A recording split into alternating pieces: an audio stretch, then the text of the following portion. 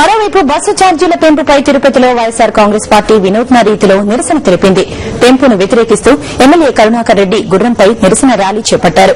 Devendra theatre నుంచి municipal కార్యాలయం వరకు ర్యాలీగా సాగారు. దివంగత నేత వైఎస్ హయాంలో బస్సు ఛార్జీలు పెరగలేదని, కిరణ్ సర్కార్ సామాన్యులపై భారం వేస్తోందని మండిపడ్డారు.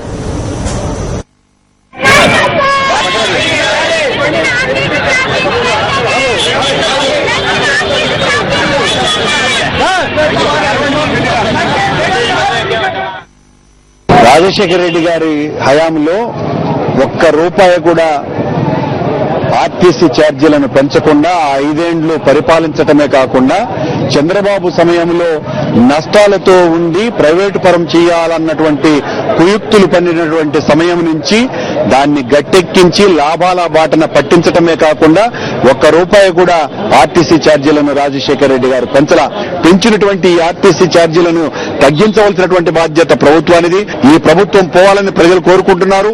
ఈ ప్రభుత్వం ఒక్క నిమిషం కూడా పాలించడానికి అర్హతను